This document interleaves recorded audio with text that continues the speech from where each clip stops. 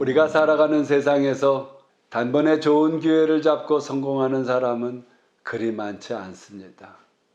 혹시 모르지요. 좋은 조건들이 이미 사전부터 있었기 때문에 그러한 여건들 속에서 일찍 성공하는 듯 보여도 또 그것도 때로는 영원하지는 못합니다. 우리가 성공의 길을 가기 위해서 여러 어려움들과 실패들을 겪게 되고 그 성공이 큰 것이든 남이 볼 때 작은 것이든 그것은 참으로 소중한 의미와 가치를 갖습니다.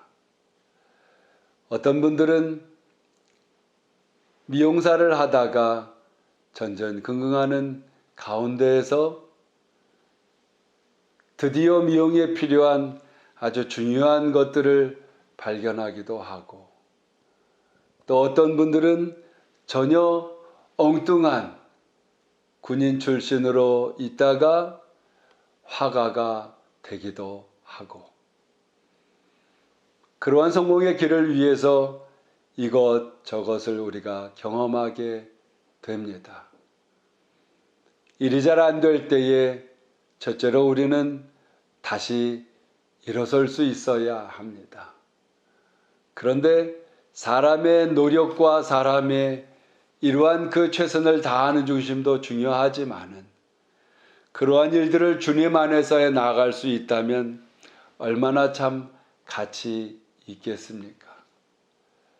사람은 질그릇과 같아서 언제 어디서 깨어질지 모르는 존재에 사실은 불과합니다.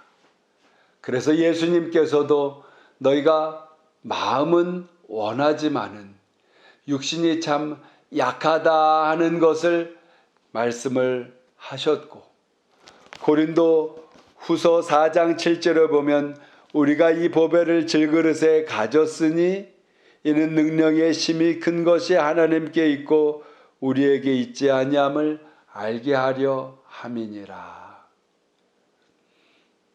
참 능력이라고 하는 것은 사람에게 있는 것이 아닙니다. 하나님으로부터 우리가 통로가 되어 그 일들을 해낼 수가 있는 것입니다.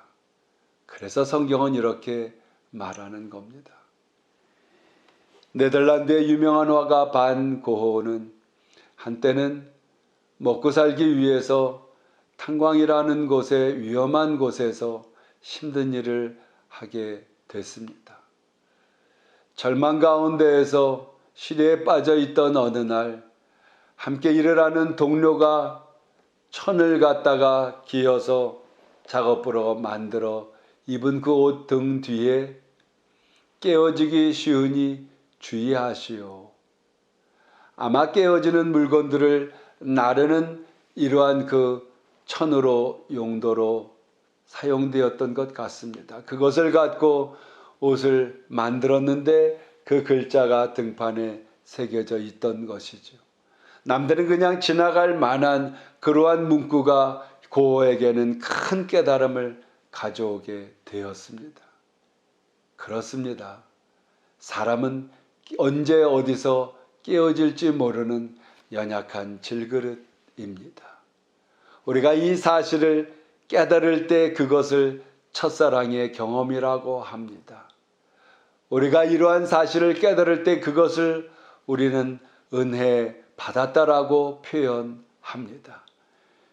우리가 깨어지기 쉬운 연약한 질그릇에 불과하다라는 이 사실을 깨닫게 될 때에 그때에는 전적으로 하나님을 의지하고 하나님의 그 사랑을 전적으로 다 수용하기 때문에 이런 때에는 우리가 해결할 수 없었던 문제가 해결되어지기도 합니다. 이러한 첫사랑의 이러한 놀라운 깨달음의 은혜를 받을 때에는 우리 사람이 고칠 수 없는 질병들도 고침을 받게도 됩니다.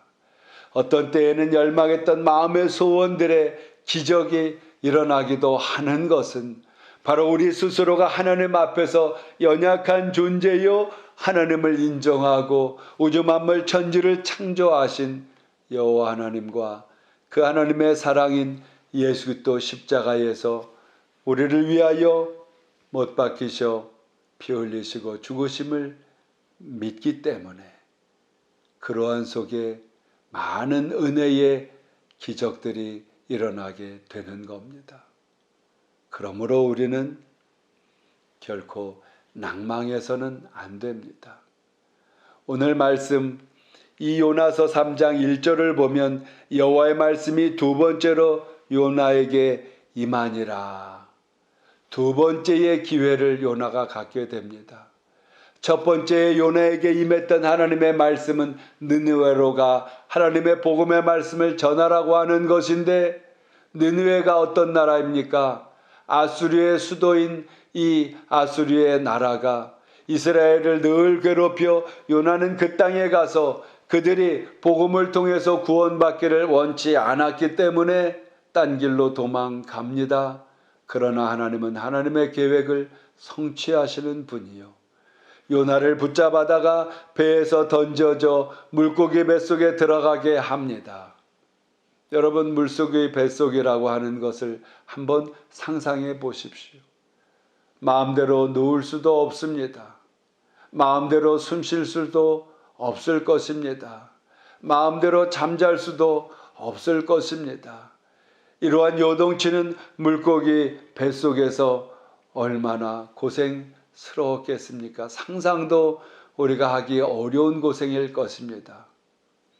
저는 한때 학창 시절에 라이프 가드의 자격증을 따기 위해서 수영의 과정들을 거친 적이 있습니다. 3시간여를 매일을 발을 땅에 수영장 바닥에 대지 못하게 하고 수영 근육을 만드느라고 계속 물에서 움직이게 만듭니다. 그 과정의 맨 끝에 워터 레슬링이라는 과정이 있는데 장정들이 손반들을 꼭 붙잡고 아예 물 밖으로 나오지 못하게 만드는 겁니다. 바닥에 땅이 발이 닿는 것도 아니요 아무리 몸부림쳐 봐야 양팔 두 발들이 다 잡혀져 있는 상황에서는 속수무책 아무 소용이 없습니다. 그저 몸부림치는 것이 더 고통이요 잠깐의 이러한 생각이었지만은 차라리 물속에서 숨을 들이마시고 내 뱉는 작용이 편하겠다 하는 순간적인 생각을 해본 적이 있습니다. 물속에서 숨을 쉰다고 하는 게 뭡니까? 그 물을 그냥 다 마시는 겁니다. 내뱉는다고 하는 게 뭡니까? 물이 몸에서 나오는 것일 텐데 그런 일은 없지요. 마신 물이 어디 원하는 대로 물속에서 뱉고 마실 수가 있겠습니까? 그러한 고통을 경험해 본 적이 있습니다. 어떤 경우에 다른 동료는 기절해서 산소 마스크를 대기도 하는 이러한 과정을 통해서 깨닫게 하고자 하는 것은 물에 빠진 사람을 건질 능력 자격을 통과했다고 덤벅 달려들지 말라는 겁니다. 튜브를 이용하든 로프를 이용하든 다른 지형지물을 통해서 물에 빠진 사람은 한 번 붙잡으면 놓지 않기 때문에 잡히지 않고 구해낼 수 있는 방법을 구사하라는 겁니다. 그 과정 속에서 물고기 뱃속을 한번 상상해 보았습니다.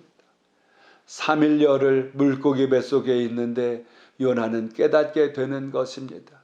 하나님의 생명의 말씀을 통해서 내가 싫다고, 내가 불편하다고, 내가 짐이 된다고 또 환경을 바라보며 낭망 속에서만 있는 것이 아니라 하나님의 말씀을 순종해 나아가 그 속에 400여 명의 그 생명을 구원하는 길에